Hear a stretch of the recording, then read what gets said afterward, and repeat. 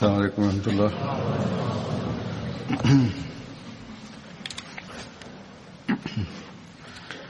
أشهد أن لا إله إلا الله وحده لا شريك له وأشهد أن محمدا عبده ورسوله أما بعد فأعوذ بالله من الشيطان الرجيم بسم الله الرحمن الرحيم الحمد لله رب العالمين الرحمن الرحيم مالك يوم الدين إياك نعبد وإياك نستعين اهدنا الصراط المستقيم صراط الذين أنعمت عليهم غير المغضوب عليهم ولا الضالين. After reciting the Tashahhud, Ta'awuz and Surah Al-Fatiha, Hazrat Khalifatul Masih V, Ayyadahullah Ta'ala binasrihi al-Aziz stated that in the previous sermon, I spoke on Hazrat Musa bin Umair radiyallahu ta'ala anhu. And some of the accounts from his life still remained, which I shall narrate today. Hazrat Muslim Maud radiyallahu ta'ala anhu, while speaking about Hazrat Musa bin Umair radiyallahu ta'ala anhu being sent as a missionary to Medina, and also in regards to the services he rendered, he states,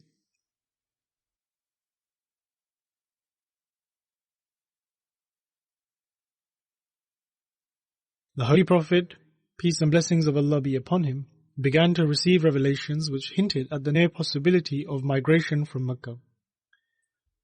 Also, some idea of the place they were to migrate to was also given to the Holy Prophet, peace be upon him.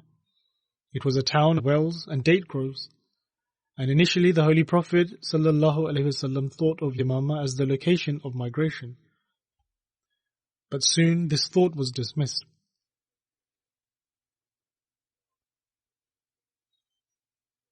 The Holy Prophet, peace be upon him, then waited in the assurance that whatever place they were destined to go would certainly become the cradle of Islam.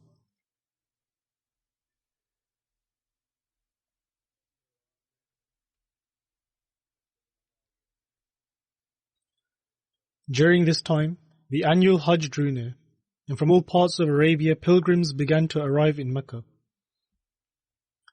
And as was his practice, the Holy Prophet, peace and blessings of Allah be upon him, went wherever he found a group of people and expounded to them the teaching of one God, and informed them to give up excesses of all kinds and prepare for the kingdom of God.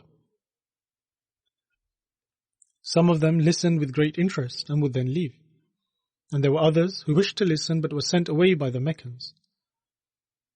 And then there were some who had already made up their minds but would stop to ridicule the Holy Prophet sallallahu alaihi wasallam.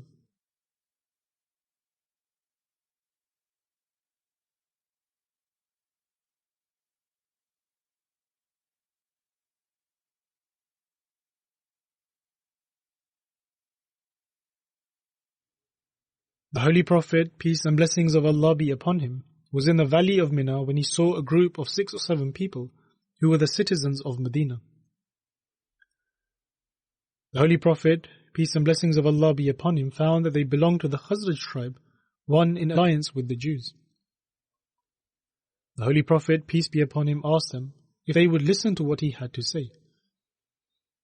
And since these people had heard of the Holy Prophet, peace and blessings of Allah be upon him, and were interested, so they agreed and sat in his company.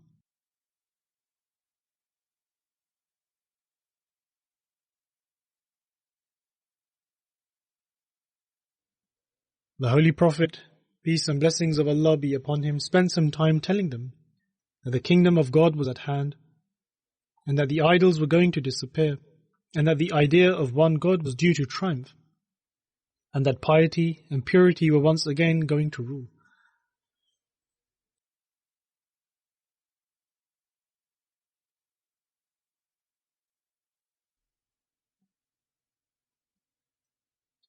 Thereafter, the Holy Prophet, peace and blessings of Allah the Almighty be upon him, asked them that would they not in Medina welcome this message. The group became much impressed, and they accepted the message and promised that on their return to Medina, they would confer with others and report next year whether Medina would be willing to receive Muslim refugees from Mecca. Subsequently, they returned and conferred with their friends and relations.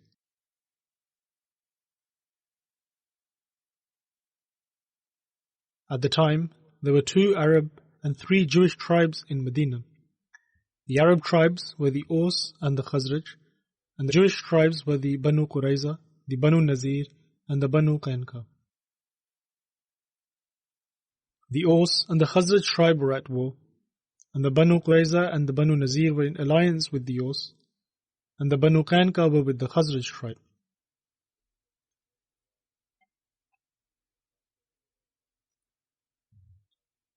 And so, tired of unending warfare, they were inclined to peace, and at last they agreed to acknowledge the Khazraj chief, Abdullah bin Ubay bin Salul, as the king of Medina.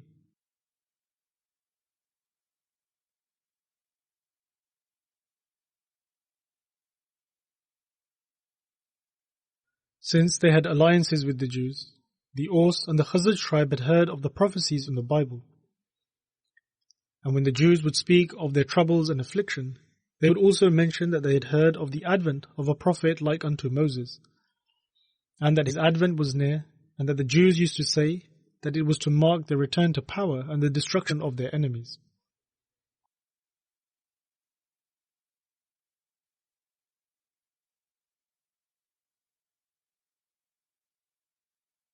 Thus, when the people of Medina who had travelled for the pilgrimage heard of the Holy Prophet, peace be upon him's claim, they became impressed and began to wonder whether this Meccan prophet was the same prophet they had heard of from the Jews. And so, many young men were impressed by the truthfulness of the Holy Prophet, peace be upon him's teaching, and the prophecies which they had previously heard from the Jews helped them in believing in the Holy Prophet, peace be upon him.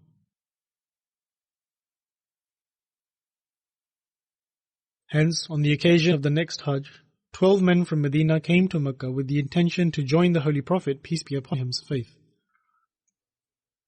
10 of these belonged to the Khazraj tribe, and 2 to the Aus tribe. They all met the Holy Prophet, peace be upon him, in the valley of Mina, and holding the Holy Prophet, peace be upon him's hand, they solemnly declared their belief in the oneness of God and their resolve to abstain from all common evils and immoralities, such as theft, killing their daughters, and from making false accusations against one another. They also resolved to obey the Holy Prophet, peace be upon him, in all good things. And then, upon returning to Medina, these individuals started informing others of their new faith with even greater zeal. The idols from the houses of Medina were taken out of their niches and thrown onto the streets. Those who used to bow before images began to hold their heads high, and they resolved to bow to none except the one God. And the Jews wondered that centuries of friendship, exposition and debate had failed to produce the change which Islam had produced in a few days, and the message of the one God penetrated into the hearts of the people of Medina.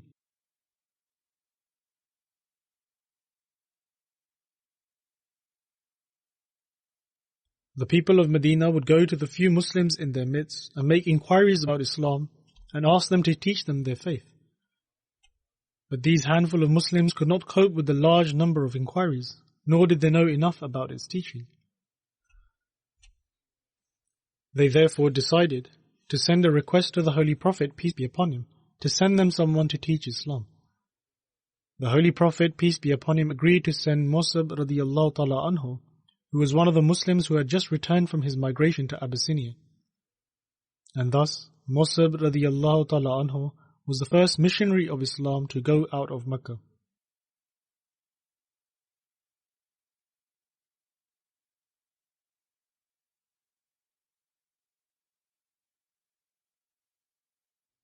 Then, at another occasion, while speaking on the same subject, Hazrat Muslim Maud radiyallahu ta'ala anhu has stated that when the people of Medina came to know about Islam, some of them met the Holy Prophet, peace be upon him, during the pilgrimage of Hajj and became convinced of his truthfulness.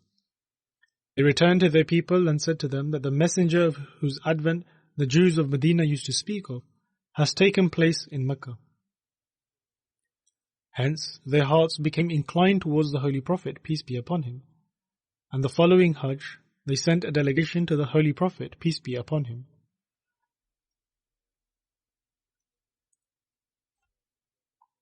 This delegation professed their belief and pledged their allegiance to the Holy Prophet, peace be upon him, after some discussion. And since the Holy Prophet, peace and blessings of Allah be upon him, was facing fierce opposition in Mecca at the time, this meeting took place in a valley away from the site of the Meccans.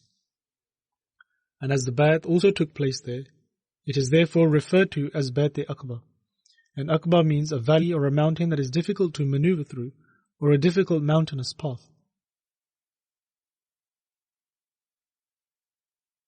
The Holy Prophet, peace and blessings of Allah be upon him, gave them the charge of organizing the believers of Medina and advised them to propagate Islam. The Holy Prophet, peace be upon him, also sent one of his young companions, Mus'ab bin Umair radiyallahu ta'ala anhu, to assist them and to teach the faith to the Muslims. Before departing, the delegation also extended an invitation to the Holy Prophet, peace be upon him, stating that should he ever need to leave Mecca, he should come to Medina. When these people returned to Medina, Islam spread in Medina within a very short period of time. Hence, the Holy Prophet, peace be upon him, sent some more companions to them, including Hazrat Umar radiyallahu ta'ala anhu. After that, upon receiving the instructions to migrate, the Holy Prophet, peace be upon him, also travelled to Medina. And upon his arrival, all the idolaters of Medina accepted Islam within a very short period of time.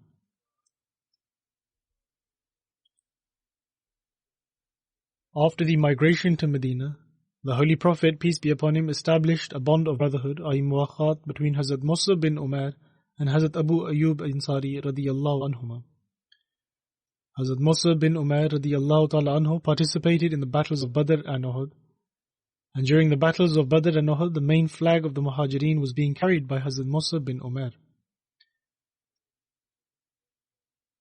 During the battle of Badr, the main flag of the Muhajirin that was being carried by Hazrat Mus'ab bin Umair radiyallahu ta'ala anhu was given to him by the Holy Prophet, peace be upon him.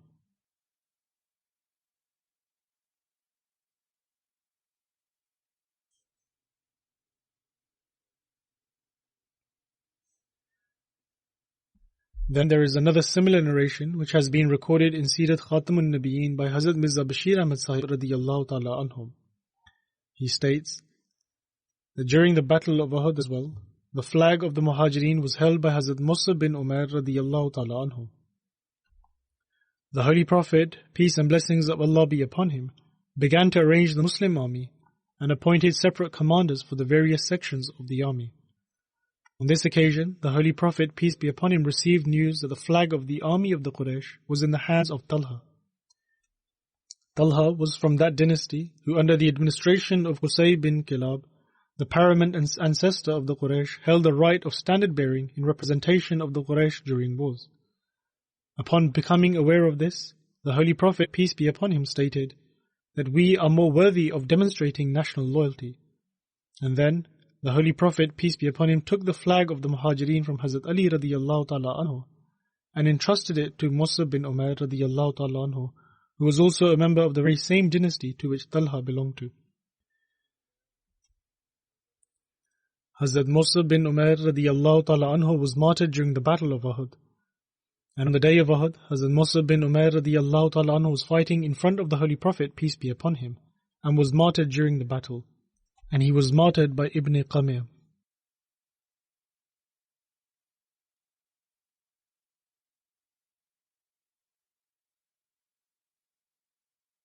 In the books of history, it is mentioned that the flag bearer during the battle of Uhud, i.e. Hazrat Mus'ab bin Umair radiyallahu ta'ala anhu, protected the flag of Islam in an excellent manner. Hazrat Musab radiyallahu ta'ala anhu was carrying the flag on the day of Uhud, when Ibn Qamiya, who was riding a horse, attacked with his sword and struck the right hand of Hazrat Musab radiyallahu ta'ala anhu, with which he was holding the flag, and severed the hand. Upon this, Hazrat Musab radiyallahu ta'ala anhu started reciting the following verse: وَمَا مُحَمَّدٌ إِلَّا رَسُولٌ قَدْ خَلَتْ مِنْ قَبْلِهِ الرُّسُلُ. And Muhammad is only a messenger. Verily, all messengers have passed away before him. Hazrat Musab then placed the flag in his left hand, and Ibn Qamiya struck the left hand and severed it as well. Upon which Hazrat Musab radiyallahu ta'ala anhu embraced the flag of Islam with both of his arms and held it to his chest. Following this, Ibn Qamiya attacked Hazrat Musab radiyallahu ta'ala anhu with a spear for a third time, which pierced his chest. The spear broke, and Hazrat Musab fell to the ground. Upon this, 2 individuals from the tribe of Banu Abdiddar, i.e. Suwaybid bin Sa'd bin Harmala and Abu Rum bin Umair, stepped forward, and Abu Rum bin Umair grabbed the flag, and it remained in his hands until the Muslims returned and entered Medina. Hazrat Musab radiyallahu ta'ala anhu was 40 years old, or just over 40 at the time of his martyrdom.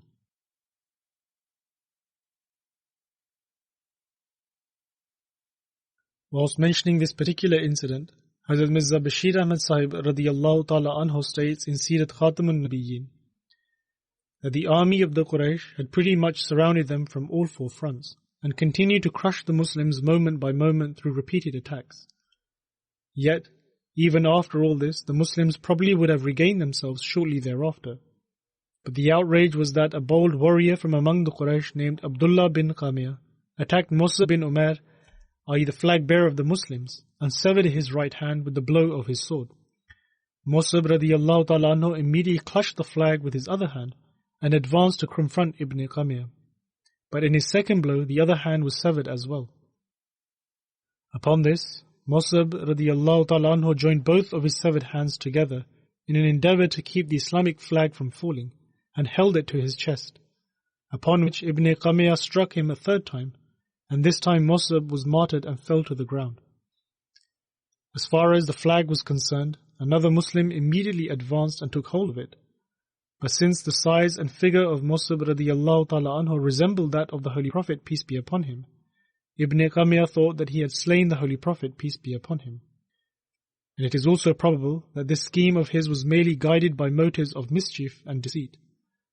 But in any case, when Musab radiyallahu ta'ala anhu was martyred and fell, Ibn Qamiya exclaimed that he had slain Muhammad sallallahu alaihi wasallam. And upon hearing this news, the Muslims lost whatever composure was left in them, and their force was scattered completely. Therefore, this was also a major reason the Muslims lost their composure during the Battle of Uhud. But in any case, they regrouped later. When the Holy Prophet, peace and blessings of Allah be upon him, approached the body of Hazrat Musab radiyallahu ta'ala anhu, it was turned face down. The Holy Prophet, peace be upon him, stood beside it and recited the following verse: مِنَ الْمُؤْمِنِينَ رِجَالٌ صَدَقُوا مَا عَاهَدُوا اللَّهَ عَلَيْهِ فَمِنْهُمْ مَنْ قَضَى نَحْبَهُ وَمِنْهُمْ مَنْ يَنْتَظِرُ وَمَا بَدَّلُوا تَبْدِيلًا. That is, among the believers are men who have been true to the covenant they made with Allah. There are some of them who have fulfilled their vow, and some who still wait, and they have not changed their condition in the least.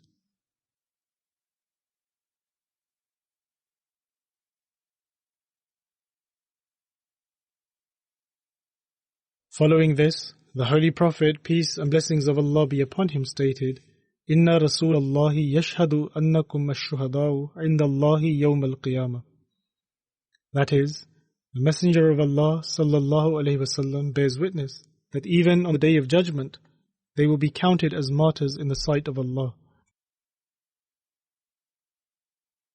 Thereafter, the Holy Prophet, peace and blessings of Allah be upon him, addressed the companions and said, You should visit him and send your salutations upon him. By that being in whose hand lies my life, he will answer the salutations of everyone who will send salutations upon him until the Day of Judgment. Hazrat Musab radiyallahu ta'ala anhu's brothers, Hazrat Abu Rum bin Umair, Hazrat Suwaybid bin Sa'd and Hazrat Amir bin Rabi'ah radiyallahu anhum, lowered him into the grave. In Sirat Khatamun Nabiyyin, Hazrat Mirza Bashir Ahmad Sahib radiyallahu ta'ala anhu mentions this in the following manner: that one honorable man from among the martyrs of Uhud was Mus'ab bin Umair radiyallahu ta'ala anhu. He was the first muhajir who came to Medina as a missionary of Islam, and in the era of the Jahiliyyah, i.e. prior to the advent of Islam, among the young men of Mecca, Mus'ab was considered to be the most well-dressed and elegant, and lived in great comfort and luxury. After accepting Islam, his condition was transformed completely. In fact, there is a narration that on one occasion, the Holy Prophet, peace be upon him, saw him dressed in a cloth which was covered with numerous patches. At this, the Holy Prophet, peace be upon him, was reminded of his earlier life, and the eyes of the Holy Prophet, peace be upon him, began to glisten with tears. When Mus'ab radiyallahu ta'ala anhu was martyred at Uhud, he did not even have enough cloth by which his body could be fully covered. If his feet were covered, his head would become exposed, and if his head was covered, his feet would become bare. As such, according to the instruction of the Holy Prophet, peace be upon him, his head was covered with cloth, and his feet were covered with grass. Then there is a narration of Sahih Bukhari which states that food was brought before Hazrat Abdul Rahman bin Auf radiyallahu ta'ala anhu to break the fast which he was observing at the time. Upon this, he said that Mus'ab bin Umair radiyallahu ta'ala anhu was martyred, and he was better than me, but only one sheet was available to shroud him at the time of his burial. It was so small that when his head was covered, his feet remained uncovered, and if his feet were covered, his head remained uncovered. The narrator states that he believes Abdul Rahman bin Auf also said that Hamza radiyallahu ta'ala anhu was martyred and he was better than me. Thereafter he stated that then the bounties of this world were bestowed upon us generously. Or perhaps he said that we were granted that which was destined for us, and I am afraid that the reward of our good deeds may have been bestowed to us in this world. Thereupon he began to cry and left the food untouched. In other words, he became emotional as his attention was on the fear of Allah the Almighty and the treatment he would receive from God in the hereafter. For if they had been granted bounties in this world, then perhaps they may not receive anything in the next life.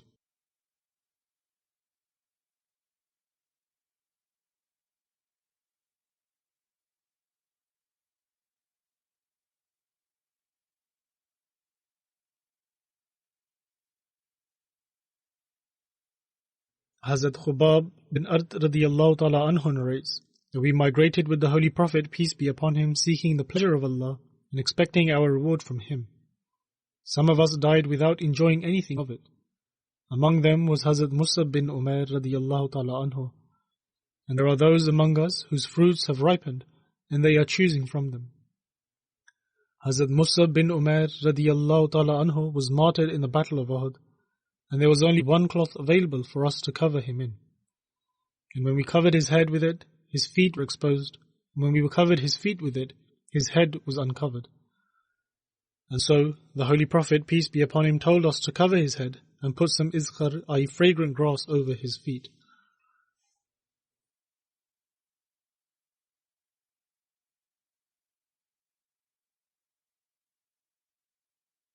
There is also a narration of Tirmizi in which Hazrat Ali bin Abi Talib radiyallahu ta'ala anhu narrates that the Holy Prophet, peace be upon him, stated that every prophet has been granted 7 noble companions.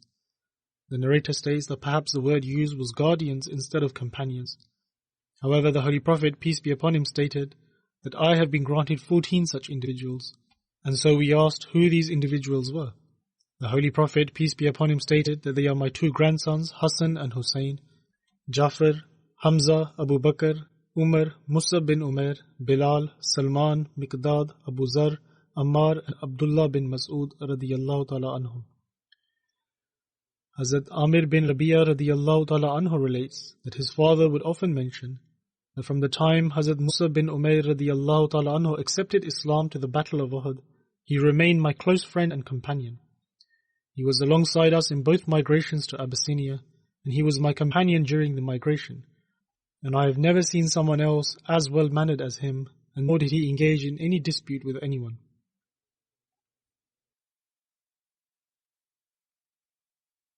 When the Holy Prophet, peace be upon him, returned to Medina after the Battle of Uhud, he met Hazrat Hamna bint Jahash radiyallahu ta'ala anha, the wife of Hazrat Mus'ab bin Umair, and the people had informed her that her brother Hazrat Abdullah bin Jahash had been martyred. Upon this she replied by saying, Inna lillahi wa inna ilayhi raji'un, that to Allah we belong and to Him shall we return, and prayed for him to be granted forgiveness. Then they informed her of the martyrdom of her maternal uncle, Hazrat Hamza radiyallahu ta'ala anhu, to which she again replied, Inna lillahi wa inna ilayhi raji'un, and prayed for his forgiveness. Thereafter the people informed her that her husband Hazrat Musa bin Umair radiyallahu ta'ala anhu had also been martyred, upon which she began to weep and became restless. The Holy Prophet, peace be upon him, then said that her husband holds a special status in the eyes of his wife. There is another tradition in which Hazrat Hamna bint Jahsh radiyallahu ta'ala anha is mentioned. It states that when she was told that her brother was martyred, she replied that may Allah have mercy on him, and said, Inna lillahi wa inna ilayhi raji'un. The people then said that her husband had also been killed, to which she said that woe be unto me. The Holy Prophet, peace be upon him, then said that a relationship between a wife and a husband is like no other.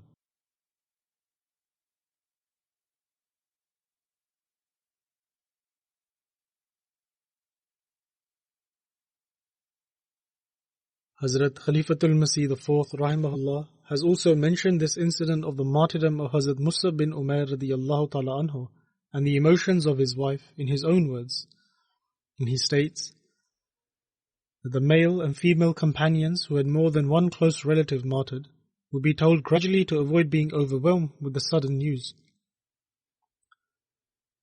When Hazrat Hamna bint Jahsh radiyallahu ta'ala anha, the sister of Hazrat Abdullah bin Jahsh radiyallahu ta'ala anhu, came to the Holy Prophet, peace be upon him, the Holy Prophet, peace be upon him, told her that, O Hamna, be patient and seek the reward of Allah the Almighty.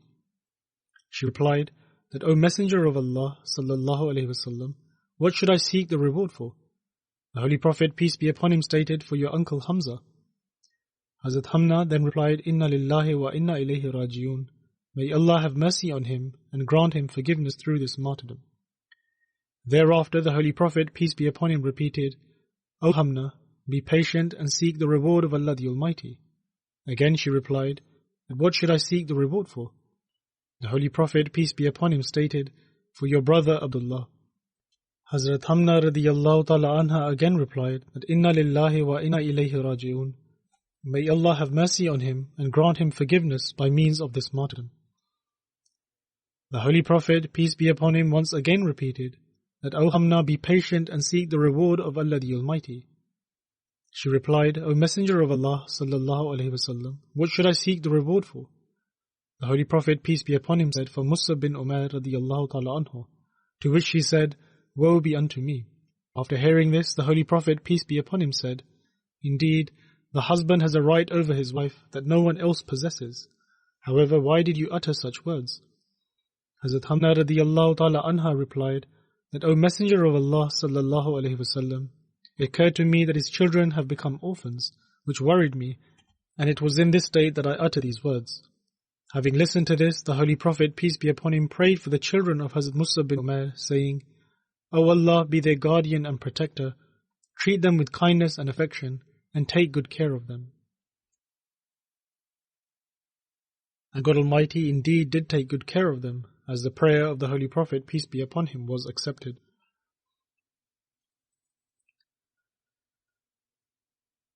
This brings a close to the accounts from the life of Hazrat Musa bin Umair radiyallahu ta'ala anhu, and inshallah, the next companion will be mentioned in the following sermon.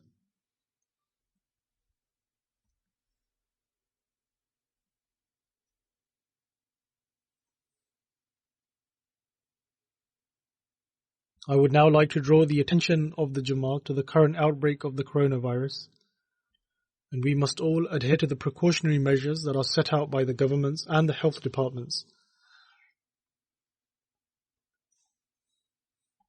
From the outset, after consultation with some homeopaths, I advised about the use of certain homeopathic remedies as a precautionary measure as well as for treatment.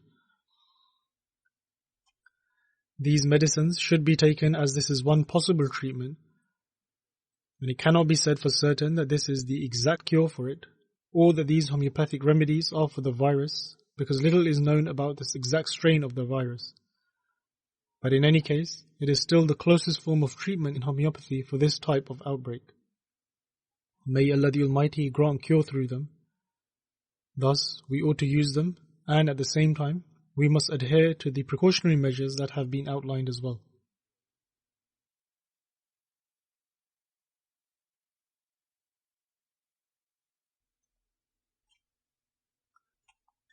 In regards to this, it is advised that one should avoid large gatherings, and people coming to the mosque should err on the side of caution, and even if they have a slight fever and feel aches and pains in their body, or if they are sneezing and are suffering from the flu, then they should not come to the mosque. There are certain etiquettes of the mosque, and among them is that if one is suffering from something such as a contagious illness, which can affect others, then they should avoid coming to the mosque.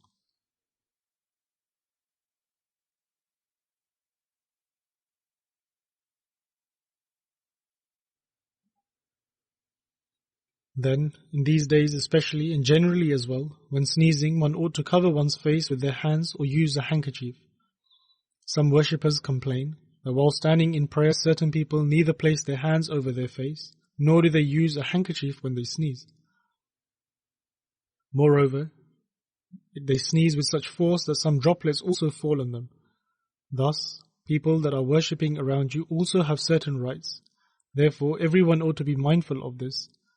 And as mentioned earlier, that everyone ought to be more careful about this, particularly in these days.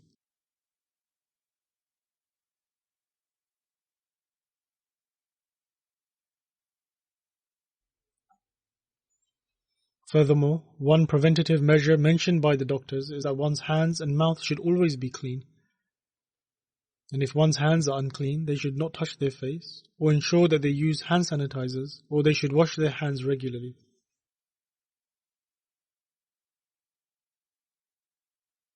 However, for a Muslim, as is in our case, who pray 5 times in the day and also perform the ablution in the correct manner, which includes cleaning the nose with water, etc., then this high standard of hygiene is such that it can compensate the shortage of sanitizers. Because as it has been reported these days, that owing to panic buying, entire shelves in supermarkets have been emptied of such products. But in any case, if the ablution is performed in the correct manner, then this can not only help towards physical cleanliness, but one who performs the ablution would subsequently offer their prayers, which then in turn becomes a means for their spiritual cleanliness as well. Moreover, in these days we must pay particular attention towards our prayers.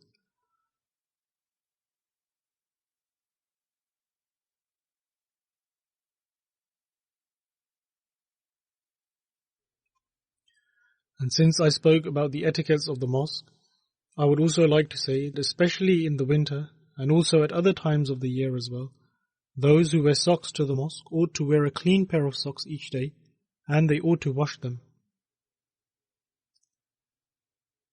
If there is a foul odor from one's socks or feet, this can be a source of discomfort for those around that person, or it will cause discomfort for those who are standing for prayer and who would perform the sajda, prostration in the row behind. We should be very mindful of this.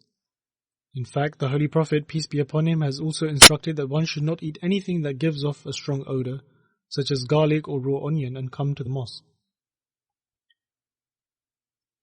At times one belches, or if one has bad breath, it is unpleasant for other worshippers and also spoils the atmosphere of the mosque.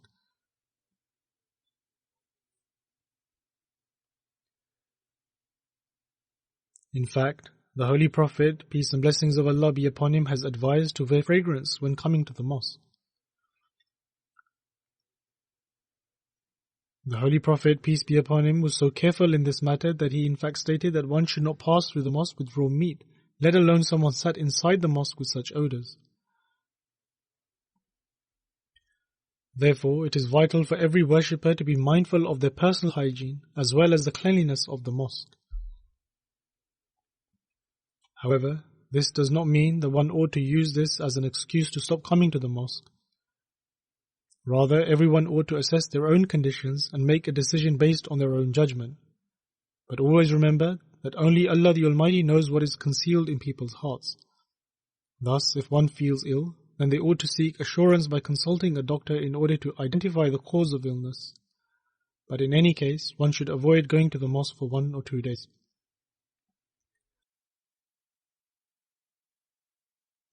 Furthermore, it is being advised that one should refrain from shaking hands, and this is also extremely important, as one does not know what the hands are contaminated with. And although shaking hands increases the bond with one another and instills mutual love, however, owing to the current outbreak these days, it is better to avoid the practice. And even those people who previously raised an outcry that we do not shake hands with men or women of the opposite gender have themselves become a target of amusement. For instance, a minister in the cabinet of the German Chancellor refused to shake her hand, and this has been depicted in a humorous manner. And even a member of parliament in the UK has commended the fact that they are abstaining from shaking hands owing to the coronavirus. He further said that shaking of hands was not even part of their tradition. In fact, the tradition was to either salute or take off their hats out of respect. In fact, he further stated that in shaking hands or embracing women or trying to kiss them, they are not even aware if these gestures are even welcomed by them and are thus compelling them to follow suit.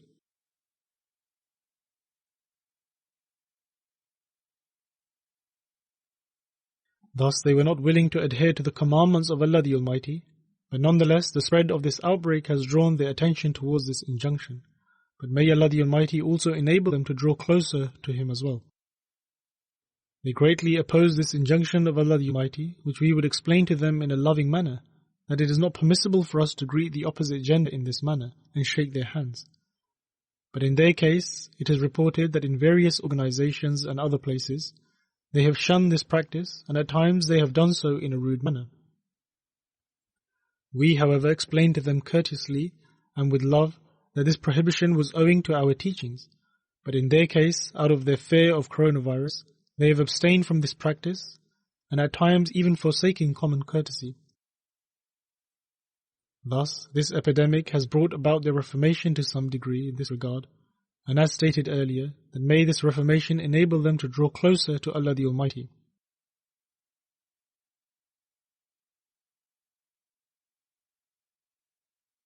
Allah the Almighty knows best to what extent this epidemic will spread and what He has decreed. However, if this virus has emerged owing to the divine wrath of God, and just as we have seen in the present age, that since the advent of the promised Messiah ﷺ, there has been a significant increase in the number of epidemics, diseases, earthquakes and storms, then one ought to turn towards Allah the Almighty more than ever before in order to be safeguarded from these. Moreover, every Ahmadi ought to pay particular attention towards prayers these days, and also to improve their spiritual condition.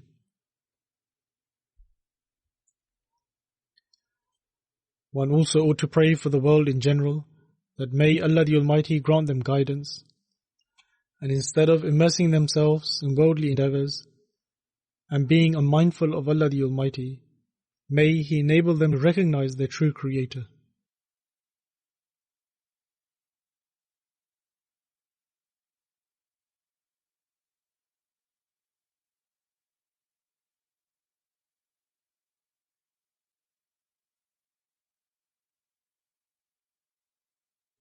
After this, I shall lead some funeral prayers in absentia. The first is of respected Tanzil Ahmed Butt, son of Akil Ahmed Butt Sahib. He was a young 11-year-old child who passed away on 27th February 2020. And in fact, in my opinion, he was a martyr.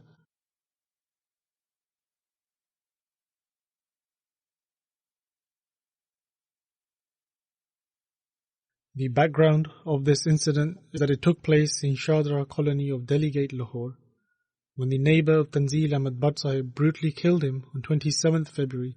Inna lillahi wa inna ilayhi raji'un. Verily to Allah we belong, and to Him shall we return.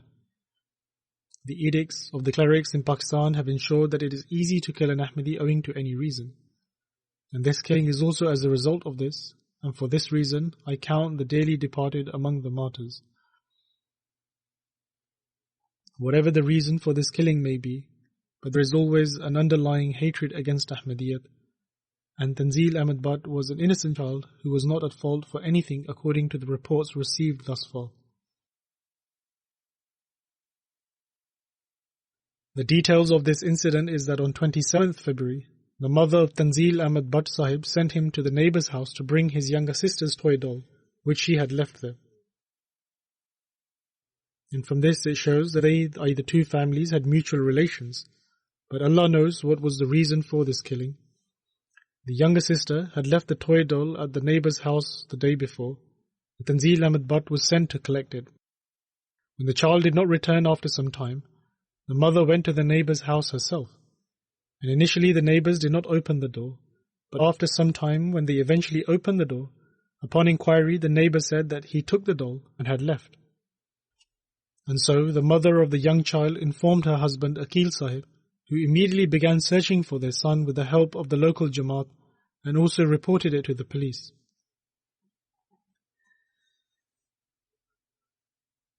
However, when they checked the CCTV cameras of their street, the child was seen entering the house, but not seen leaving from there.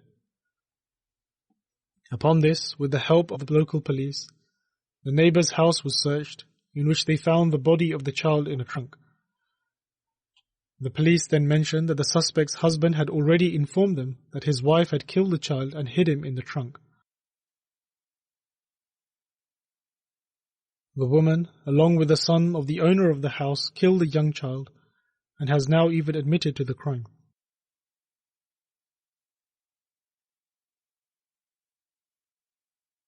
Tanzil Ahmad Butt was born on 20th November 2009 in Lahore and was part of the Waqf-e-Nau scheme. He was a very active member of Atfalul Ahmadiyya organization and would regularly take part in all the Jamaat programs. He was counted amongst the intelligent students in his class and was studying in the 4th year.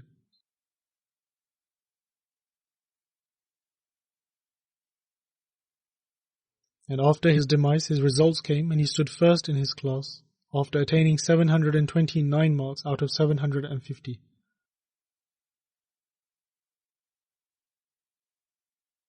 The deceased's mother states that Tanzil was the most obedient out of all my children. If he ever wanted to do something, he would always seek permission from me first.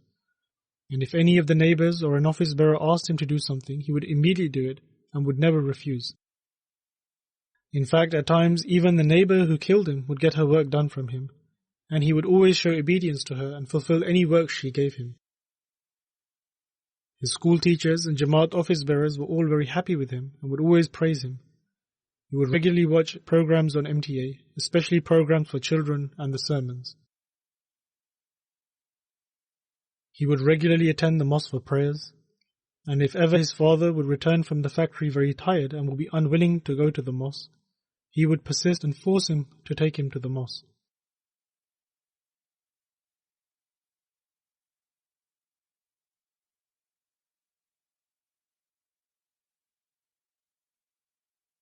The young child leaves behind his father, Aqil Ahmad Butt, mother Naila Aqil, and 4 siblings, which include 2 brothers and 2 sisters. May Allah the Almighty grant him his nearness and grant the murderers a punishment they truly deserve. And may God Almighty also grant patience and comfort to the parents.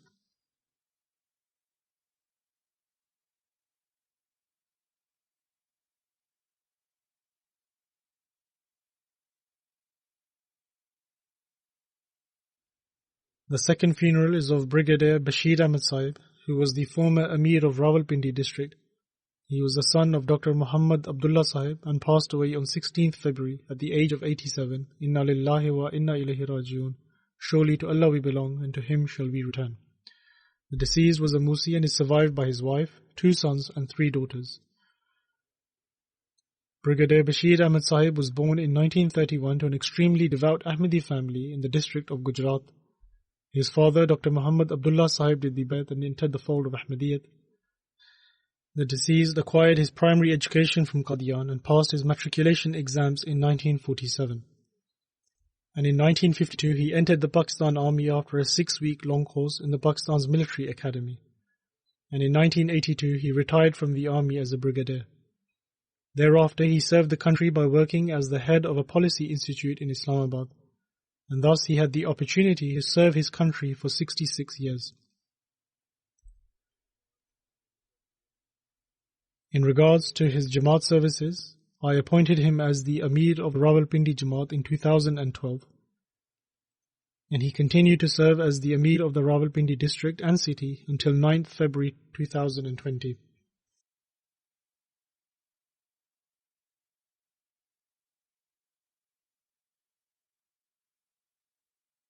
His transfer to Rawalpindi took place in 1979, and for 16 years he had the opportunity to serve as Naib Amir and Secretary Talim for the Rawalpindi Jamaat.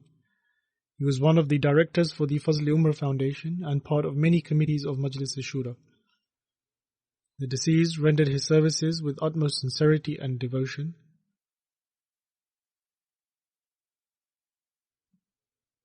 He was a very sociable person and would greatly serve others and wholeheartedly help those in need. In regards to his Jamaat services, he always upheld his principles and was very punctual.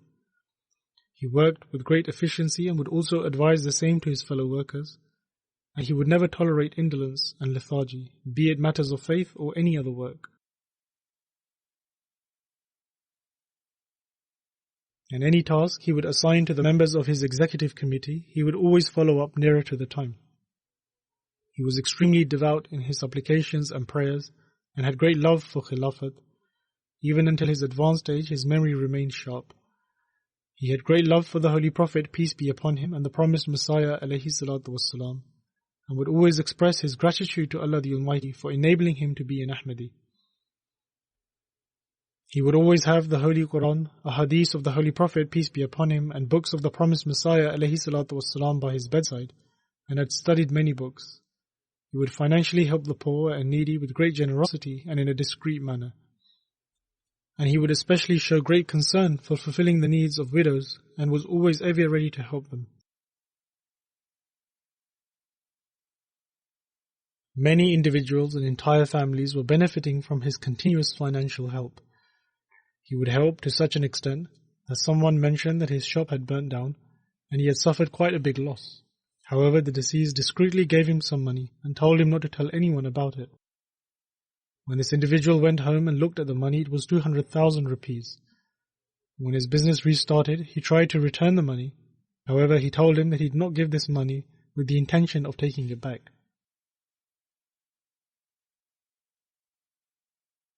The missionary of Rawalpindi, Tahir Mahmud Sahib, writes, Amir Sahib had a very composed disposition. He was very compassionate, spoke very little, and extremely devout in his prayers. On Friday he would come very early to Ivan-e-Tawheed for the Friday prayers, and would offer his Nawafil prayers, i.e. voluntary prayers, with great humility and fervency. Those who would hastily finish their prayers, he would narrate to them accounts of the companions and the other elders of Qadian where he grew up. He would express his pleasure at those who would take time in observing their prayers. He would always remind them of the traditional prayers that one should read, and he himself would also pray and spend a long time in his prayers, and would advise others towards observing prayers as well. He would always help the needy and his friends, and this is a trait which everyone has mentioned. And if anyone would thank him for this act of his, he would stop them from doing so. He had great love for the books of the promised Messiah, alayhi salatu wassalam, and would share its insights in the meetings. And the secretary for the Fazl-e-Umar Foundation, Nasir Shams Sahib, writes that he served as a director for the Fazl-e-Umar Foundation from the early part of 2011 till the end of 2019. And despite his old age and weakness in health, he would regularly attend the board of directors meetings. He further writes that we greatly benefited from his prayers and advice for a long time. The deceased was an extremely devout and righteous individual and a great loyal servant of Khilafat. He further writes that one particular quality which I personally was witness to was that he had a strong link with Allah the Almighty and observed his prayers with utmost humility and sincerity. May Allah the Almighty grant him his forgiveness and mercy, and may He elevate his station and enable his progeny to continue on his good deeds.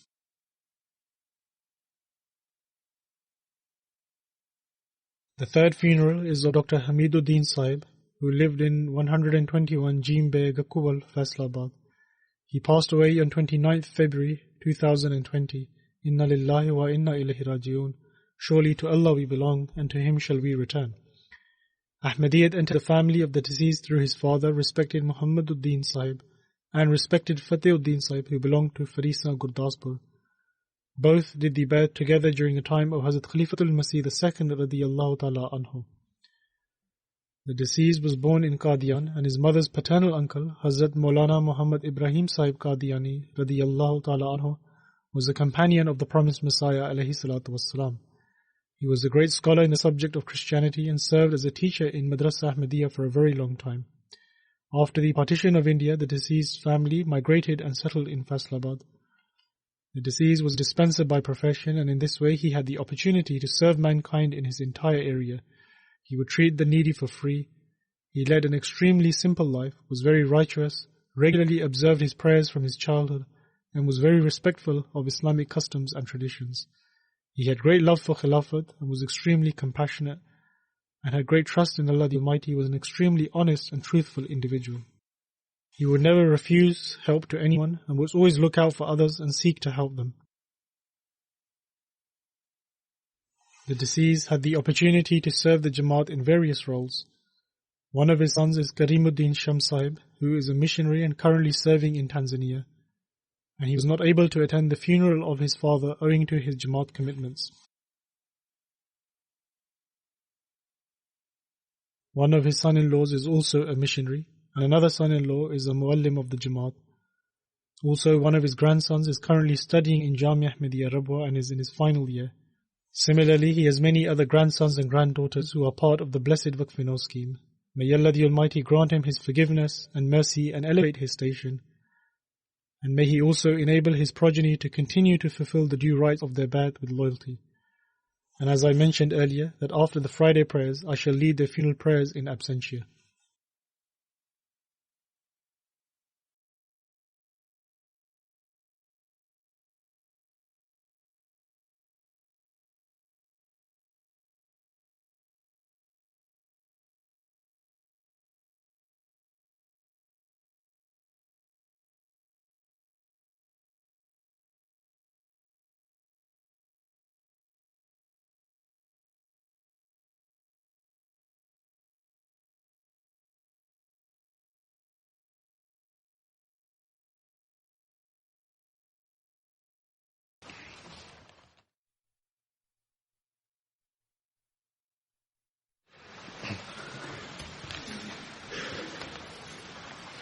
الحمد لله نحمده ونستعينه ونستغفره ونؤمن به ونتوكل عليه ونعوذ بالله من شرور أنفسنا ومن سيئات أعمالنا من يهده الله فلا مضل له ومن يضلل فلا هادي له ونشهد أن لا إله إلا الله ونشهد أن محمدا عبده ورسوله عباد الله رحمكم الله إن الله يأمر بالعدل والإحسان